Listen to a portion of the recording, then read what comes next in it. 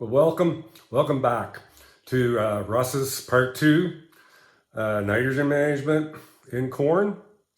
Our attempt today is going to probably confirm why a number of you already do this. You do utilize split end techniques in corn. It's pretty common practice in this part of the world. We're going to talk about why that's a good idea, but we're also going to talk about how some tools that you can fine tune some of those decisions. Yield potential, I talked about this before, but yield potential in a given field is still the primary starting point for deciding what is the right amount of N to put on a given farm.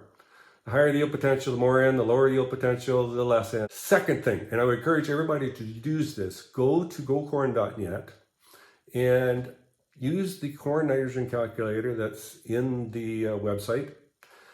Plug in your yield goals. Plug in the price of corn that you maybe expect to get or you've already locked in. Plug in the nitrogen form you're using, whether it's urea 28%.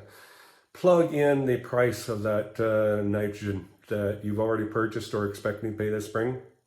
Plug in whether you've got any starter fertilizer nitrogen in the system. Now in that, it'll give you the total N rate as if you applied it all up front, and then it will give you a split N rate, or in other words, the rate of N that's suggested if you do delay part of that nitrogen management decision and apply some split N. It clearly shows that there is a rate savings, a rate reduction that can be utilized when you split apply N. And I believe this is that if you split apply N, you certainly can reduce your total nitrogen budget. There's one thing when it comes to split N that we do know with a high degree of certainty is the weather that we received from May 1st, when we planted that first seed in the ground, to mid-June, early July, when we're actually making that final N rate decision. We know what the weather's been. That helps us a lot in determining how much nitrogen is potentially floating around in the system that's being retained in the soil. Anything that is warm and dry will increase the amount of N retention in the soil. In other words, there's more N available for plant uptake during that critical growth period as you head towards tassel.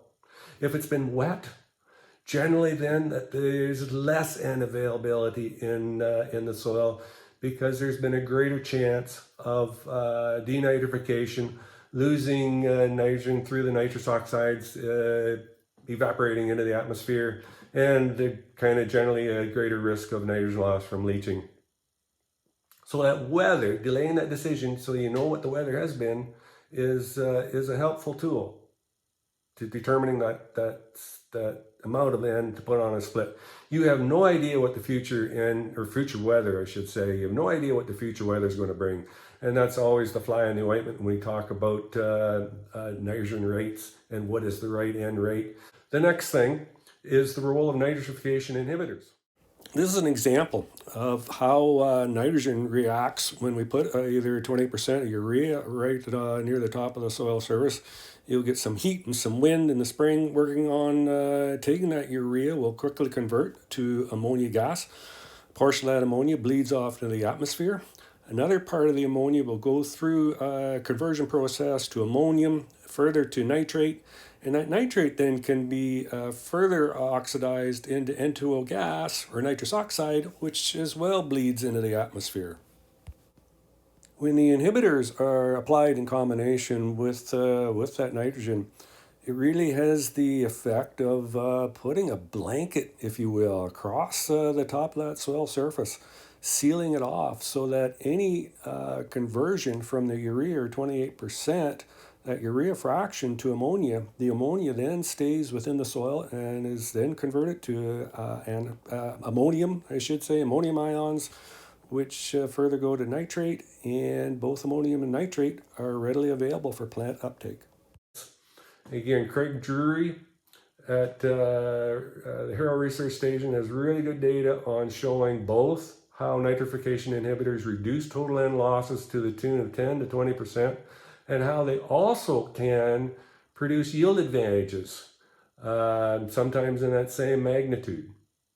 So there's no doubt they can work. A lot of nitrogen across the province goes down with rigs similar to this, stream of 28% down the middle of the row, with shallow injection knife usually arrangement behind the coulter, and it's fine, but you need to really be cautious. There's one thing that can be problematic with this type of a system. It's not unusual to see this behind that type of applicator. The 20% is injected. You get a nice moist band of liquid 28 and moist soil. And what the end result is that the incorporation of the nitrogen by this method is not ideal. Returning to my cheesy graph, in this case, you've got the 28% that's not completely covered. You've got an open channel above it that allows the wind and air and heat to penetrate. And within a matter of seconds, it happens so quickly that conversion process to the ammonia quickly bleeds into the atmosphere. You then have the subsequent reaction that converts the ammonia in the soil to through the process to the nitrate and further into nitrous oxide, which can as well bleed out. And exactly the same way as I showed earlier, the nitrogen stabilizers and inhibitors essentially put a stop to that loss process so that the nitrogen conversions in the soil that take it from the ammonia to the ammonium to the nitrates, everything produced stays within the soil and then is available for obviously plant uptake. The next option in the toolbox is to wait another few weeks and bring in a high clearance rig with the dry fertilizer spreader box on the back, applying dry products over top of the canopy, or the high clearance sprayer that will dribble 28% down in between the rows, either in a single stream or like this one set up in a twin stream. Obviously, because of things we already talked about, nitrogen stabilizers and inhibitors need to be part of the program because that nitrogen is left on top of the ground and is subject to potential losses.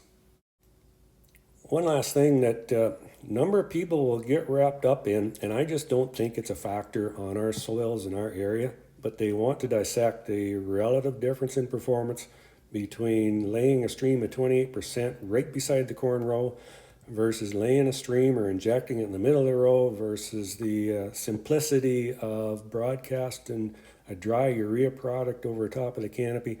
And personally, in our area, I don't think if they're set up for the same rate of nitrogen, I really don't think it's the application method that makes a difference.